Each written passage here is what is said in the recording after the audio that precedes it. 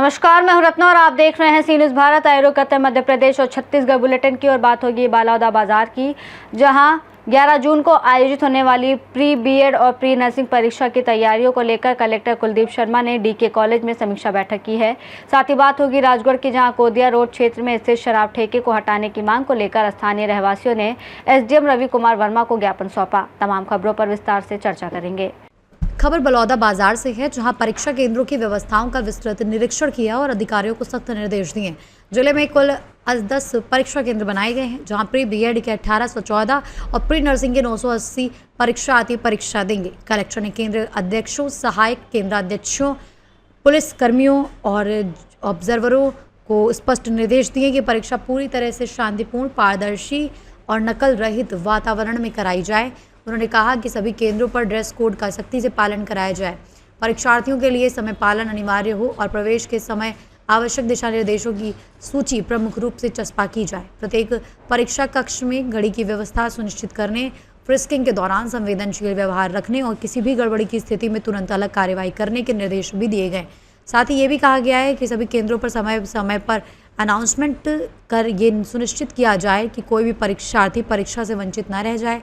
परीक्षा व्यवस्था को सुचारू रूप से संचालित करने के लिए 80 से अधिक अधिकारी, कर्मचारी और प्रत्येक कक्ष में एक इन्विजिलेटर की तैनाती की गई है, ताकि पूरी परीक्षा प्रणाली व्यवस्थित है और निष्पक्ष तरीके से संपन्न हो सके।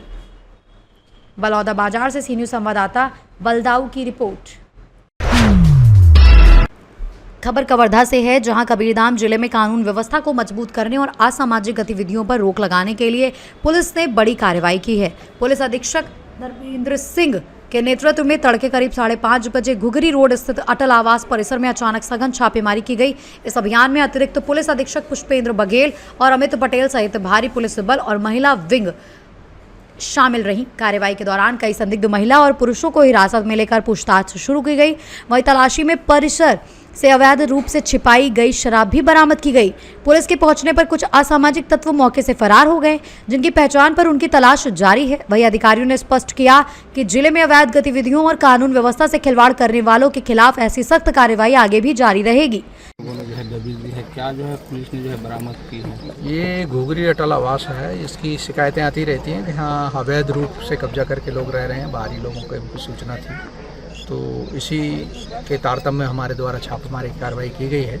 यहाँ से कुछ लोगों से दारू भी मिली है और कुछ लोग अवैध काम करवा रहे थे। उसकी हम एक रूटीन चेकिंग जो हमेशा करते हैं, उसी चेकिंग के दौरान ये चेकिंग की गई है। जो संदिग्ध हैं उनको भी थाने ले जा रहे हैं, वहाँ उनसे पूछताछ करेंगे और उनका वेरिफिकेशन करेंगे। और हमारा जो समाधान पोर्टल है, जो जिनके किराएदार हैं या जो बगैर उसके रह रहे हैं, उनमें इसकी एंट्री करेंगे। युवक युवती भी सर रूम से मिले हैं? हाँ, एक युवती मिले हैं, उसका भी वेरिफिकेशन कर रहे हैं। और कुछ यहाँ अवैध गतिविधियों की हमें लगातार सूचना मिल रही थी, इसी तारतम्य में ये आज कार्रवाई की। शराब की शीशियाँ भी? हाँ, कुछ शराब भी मिली है, उस पर भी कार्रवाई करेंगे। कुछ लोगों सर कोई संदिग्ध गतिविधियां भी चल रही थी और पुलिस के दबिश के देखते हुए उन्होंने कुछ भाग जाने की भी खबर है। हाँ, यहाँ ऐसा बताया गया है कि पुलिस को देख के करीब 4-5 लड़कियां और लड़के यहाँ से भागे हैं और उसमें पहचान कर ली गई है जो दलाल है उसकी। हम उसको पकड़ के शीघ्र ही उस पर कार्रवाई करेंगे। कवर्धा से सी न्यूज़ संवाददाता दीपेश जांगड़े की रिपोर्ट। खबर राजगढ़ से है, जहां सारंगपुर के किशोर बाग आकोदिया रोड क्षेत्र में स्थित शराब ठेके को हटाने की मांग को लेकर स्थानीय रहवासियों ने मंगलवार को एसडीएम रवि कुमार वर्मा को ज्ञापन सौंपा। रहवासियों का आरोप है कि ठेके पर लगातार नियमों का उल्लंघन हो रहा है और आबकारी नीति के अनुसार निर्धारित दूरी का पालन भी नहीं किया गया है। उनका कहना है कि ठेके के कारण क्षेत्रों की महिलाओं, बच्चों और बुजुर्गों को भारी परेशानी का सामना करना पड़ रहा है, जबकि सड़क पर असामाजिक तत्वों का जमावड़ा और अभद्र व्यवहार आम बात हो गई है। वहीं स्थानीय लोगों ने यह भी आरोप लगाया है कि विरोध करने पर शराबियों द्वारा गाली गलौज और धमकी दी जाती है, जिससे माहौल असुरक्षित हो गया है। रहवासियों ने मांग की है कि इस शराब ठेके को तत्काल प्रभाव से बंद कर आबादी क्षेत्र से हटाकर किसी अन्य स्थान पर स्थानांतरित किया जाए, ताकि क्षेत्र में शांति और सुरक्षा बहाल हो सके। राजगढ़ से सी न्यूज़ संवाददाता जावेद की रिपोर्ट। खबर रीवा से है, जहां राज्यसभा प्रत्याशी मीनाक्षी नटराजन का नामांकन निरस्त किए जाने के विरोध में एनएसयूआई रीवा इकाई ने जोरदार प्रदर्शन किया। कार्यकर्ताओं ने चुनाव आयोग का पुतला दहन कर निष्पक्ष और पारदर्शी चुनाव प्रक्रिया की मांग उठाई।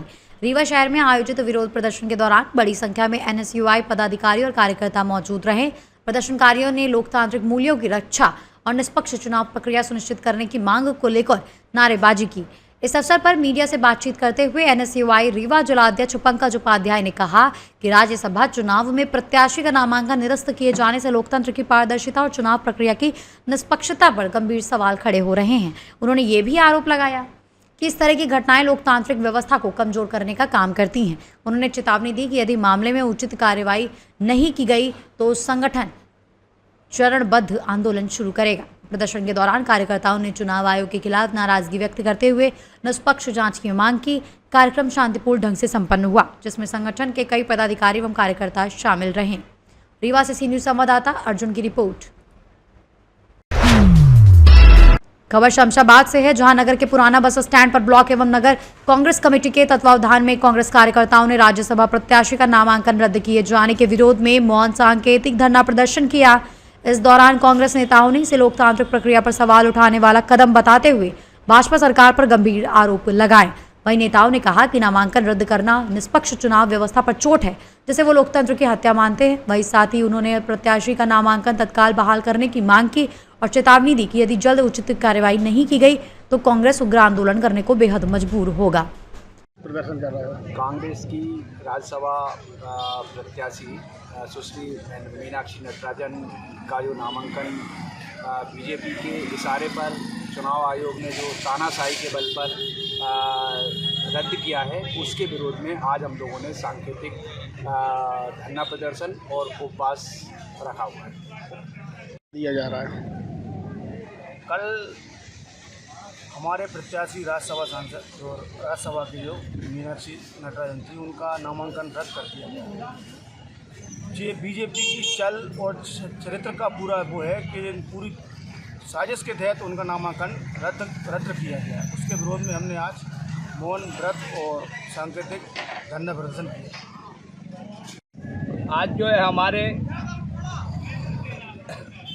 जो मीनाक्षी नटराजन का फार्म निरस्त हो गया है, किया गया है।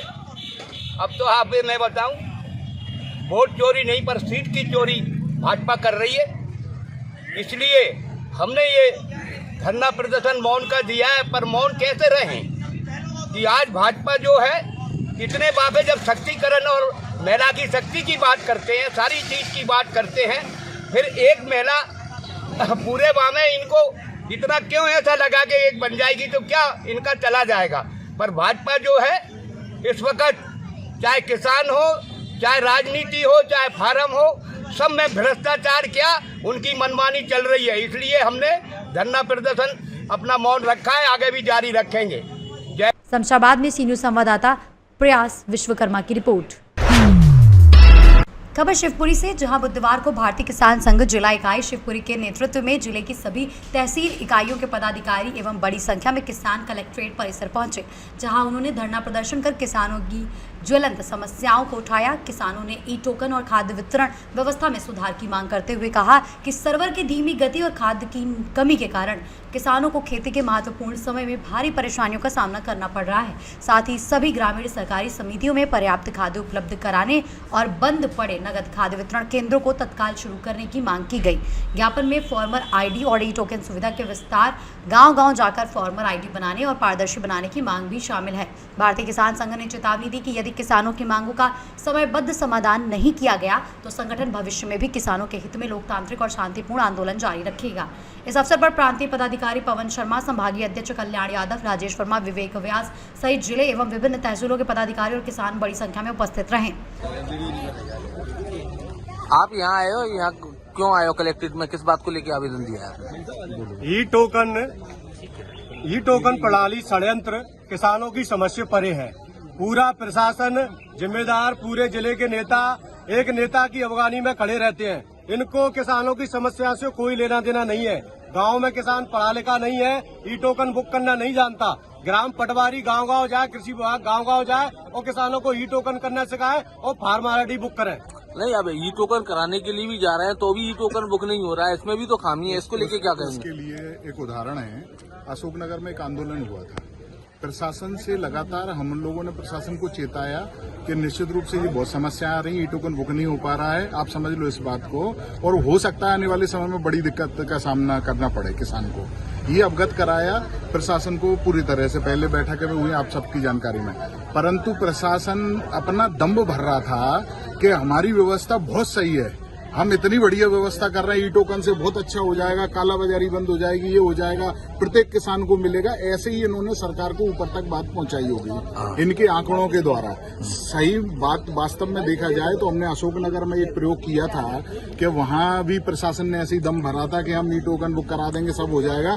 हम 400 ट्रैक्टर लेके किसानों को लेके पहुंच गए कलेक्टेड। स्थिति ये बनी कि वहां 10 लोग, हमने कहा आपके सबसे स्पेशलिस्ट लोगों को बुलाओ, वो ई टोकन कैसे बुक करेंगे, हमसे तो नहीं हो रहा, लेकिन वो कैसे तय कर लेंगे, थोड़ा हम भी समझ लेंगे उनसे। तो 10 लोगों को बिठाया। सच्चाई ये है कि पूरे दिन भर में 20 टोकन ई टोकन बुक कर पाए वो।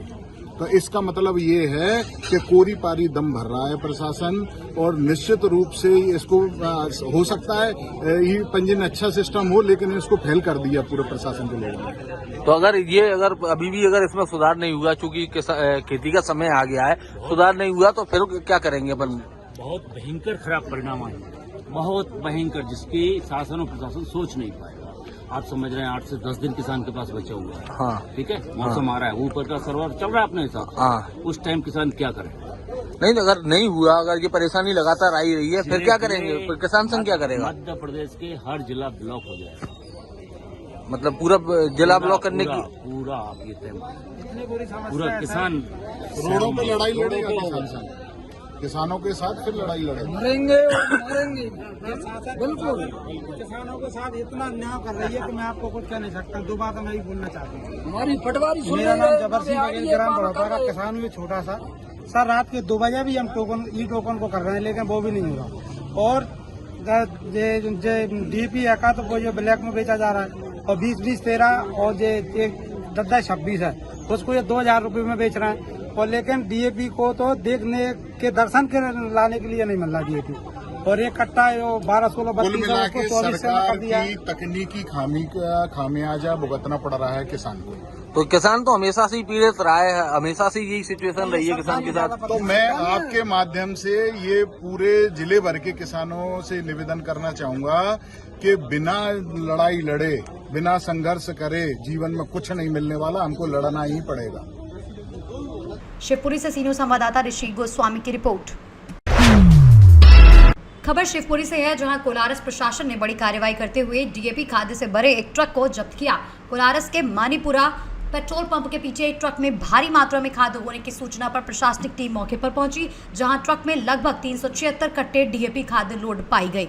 मौके पर मौजूद एसडीएम अनूप श्रीवास्तव, तहसीलदार प्रदीप भार्गव, कृषि विभाग और अन्य अधिकारियों ने जांच के दौरान पाया कि ट्रक में खाद्य से संबंधित कोई वैध दस्तावेज उपलब्ध नहीं थे, जिसके बाद वाहन को जब्त कर थाने में खड़ा कर दिया गया। प्रशासन के पहुंचते ही ट्रक चालक मौके से फरार हो गया। अधिकारियों के अनुसार खाद्य की वैधता, परिवहन और गंतव्य से जुड़े दस्तावेजों की जांच की जा रही है और जांच पूरी होने के बाद आगे की कानूनी कार्रवाई की जाएगी, जबकि फरार चालक और खाद्य के स्रोत का पता लगाने का प्रयास जारी है। सर आज आपके द्वारा एक ट्रक पकड़ा गया है, सर क्यों पकड़ा गया है? एक्चुअली सूचना ऐसी मिली थी कि एक स्थान पे एक ट्रक में खाद लोड होकर के और वो अनलोड हो रहा है, तो कृषि विभाग और हमारे राजस्व के अमले ने उसकी जांच पड़ताल की, तो प्रथम दृष्टया ये प्रतीत हुआ कि कोई आधिकारिक तौर पे इसकी पुष्टि नहीं हो रही है कि आधिकारिक तौर पे खाद आई हुई है। तो ऐसी स्थिति में मौका जांच किया गया और मौका जांच के बाद में ये जो ट्रक आप देख रहे हैं सामने RJ 17 GB 8058, इसमें खाद के बोरे रखे हुए हैं और इसमें इसको देखा गया, इसमें बोरे में DAP खाद लिखी हुई है, तो इसमें बोरे लोड हैं और प्रथम दृष्टया मौके पे कोई दस्तावेज प्रस्तुत नहीं हुए हैं, तो ये अनधिकृत अवैध परिवहन और वितरण की श्रेणी में आ रहा है। तो ऐसी स्थिति में भी इसको जब्त करके थाने सुपुर्दगी की जा रही है। आगामी जांच के बाद इसमें आगे की कार्रवाई। सर इसमें लगभग कितने कट्टे बोरे अभी वो काउंटिंग हो रही है, काउंट करके बताएंगे। तो पता लगा सर किसका माल है? और ये अभी कुछ भी पता नहीं चल रहा है क्योंकि इसका ड्राइवर भाग गया है। अच्छा जी। शिवपुरी से सीनियर संवाददाता विनोद सिकरवार की रिपोर्ट। खबर शिवपुरी से है, जहां जिले के कोलारस जनपद अंतर्गत ग्राम कार्य में संचालित हाई स्कूल को हायर सेकेंडरी स्तर तक उन्नत किए जाने की मांग तेज हो गई है। ग्रामीणों ने शिक्षा विभाग को आवेदन सौंपकर विद्यार्थियों के भविष्य को ध्यान में रखते हुए विद्यालय को शीघ्र हायर सेकेंडरी का दर्जा देने की मांग की है। वहीं ग्रामीणों का कहना है कि क्षेत्र के अधिकांश परिवार आर्थिक रूप से कमजोर हैं, जिसके कारण बच्चों को बाहर पढ़ाने में कठिनाइयों का सामना करना पड़ता है। कई छात्र छात्राएं उच्च शिक्षा की सुविधा न मिलने के कारण पढ़ाई बीच में ही छोड़ने को मजबूर हो जाते हैं। वहीं आवेदन में ये भी उल्लेख किया गया है कि हर वर्ष लगभग 10 से 15 विद्यार्थी 10वीं कक्षा की परीक्षा उत्तीर्ण करते हैं। यदि विद्यालय को हायर सेकेंडरी का दर्जा मिल जाता है तो विद्यालयों को अपने गांव में ही 11वीं और 12वीं की पढ़ाई करने का अवसर प्राप्त होगा। ग्रामीणों ने शिक्षा विभाग और संबंधित अधिकारियों से मांग की है कि विद्यार्थियों के हित में शीघ्र आवश्यक कार्यवाही करते हुए ग्राम कार्य हाई स्कूल को हायर सेकेंडरी विद्यालय में उन्नत किया जाए। शिवपुरी से सी न्यूज़ संवाददाता विनोद सिकरवार की रिपोर्ट। बुलेटिन में फिलहाल इतना ही। देश और दुनिया की तमाम बड़ी खबरों के लिए देखते रहिए सी न्यूज़ भारत।